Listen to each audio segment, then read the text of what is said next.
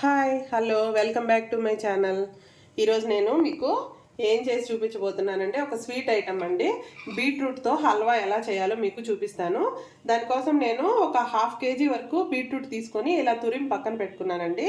దీంట్లోకి కావాల్సిన dry fruits కూడా ఫస్ట్ పక్కన పెట్టుకున్నాను. ఇప్పుడు మీకు బీట్రూట్ హల్వా ఎలా చేయాలో చూపించే ముందు నా ఛానల్ని మీరు ఇంకా సబ్స్క్రైబ్ చేసుకోకుండా ఉంటే ప్లీజ్ సబ్స్క్రైబ్ చేసుకోండి ఫ్రెండ్స్. ఇప్పుడు స్టవ్ ఆన్ చేసుకొని అందులో ఒక ప్యాన్ పెట్టుకొని 1 టేబుల్ స్పూన్ వరకు ఇక్కడ నెయ్యి ఇందులో వేసుకుందాము. ఈ నెయ్యి అట్లా కరగంగానే మనము డ్రై ఫ్రూట్స్ని పక్కన పెట్టుకున్నాం కదండి, అవన్నీ వేసి దోరగా వేపుకోవాలి. ఇలా దోరగా వేపుకొని పక్కన పెట్టుకుందాం.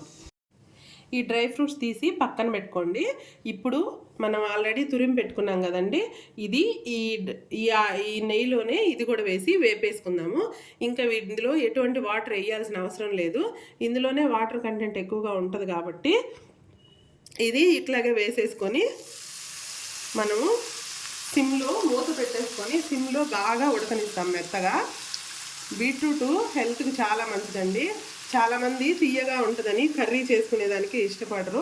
ఇట్లాగా స్వీట్ చేసి పెడితే పిల్లలు చాలా ఇష్టంగా తింటారు. మనకి చాలా తినడానికి చాలా బాగుంటుంది. ఇప్పుడు ఇట్లా కలుపుకొని దీనికి మూత పెట్టేసి బాగా మగ్గనిద్దాం. చూసారా, ఇందులో వాటర్ అంతా బాగా ఉడికిపోయింది, వాటర్ అంతా పోయింది కదా. ఇప్పుడు ఇందులో ఎటువంటి వాటర్ వేయాల్సిన అవసరం లేదు.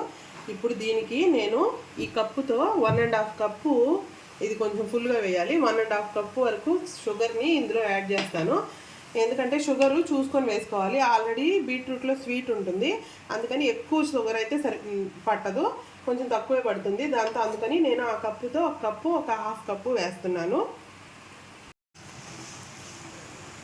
1.5 కప్పు షుగర్ వేసుకొని ఇలా కలిపేసుకుంటే ఇది షుగర్ అంతా బాగా కరిగిపోయి పాకంలాగా వచ్చేస్తుంది. ఇందులోకి నేను 4-5 ఇలాచీ తీసుకొని ఇలా చిన్న రోల్లో వేసుకొని దాన్ని మెత్తగా పౌడర్ చేసుకుంటాను. ఈ యాలకుల పౌడర్ని ఇలా దంచుకొని దీన్ని ఇప్పుడు మనము పాకం పెట్టాం కదండి, చక్కెర వేసినాం కదా, అందులో ఒకసారి చల్లేసుకుందాం.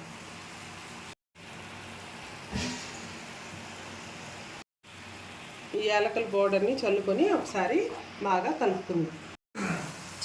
చక్కెర అంతా ఇలా దగ్గర పడిపోయిన తర్వాత ఇందులో కొంచెం నేను నెయ్యి వేసాను. తర్వాత మనము ముందుగా వేయించి పెట్టుకున్న జీడిపప్పు, బాదం పప్పు, కిస్మిస్ అన్నీ ఉన్నాయి కదండి, ఇందులో ఇవి వేసేసుకుందాం. ఇప్పుడు ఇవన్నీ ఒకసారి కలుపుకొని స్టవ్ ఆఫ్ చేసేసుకొని మనం బౌల్లో సర్వ్ చేసుకోవడము. ఎంతో టేస్టీగా ఉండే బీట్రూట్ హల్వా రెడీ అయిపోయిందండి. మీరు కూడా ట్రై చేయండి. నచ్చితే లైక్ చేయండి, నా ఛానల్ని సబ్స్క్రైబ్ చేసుకోండి.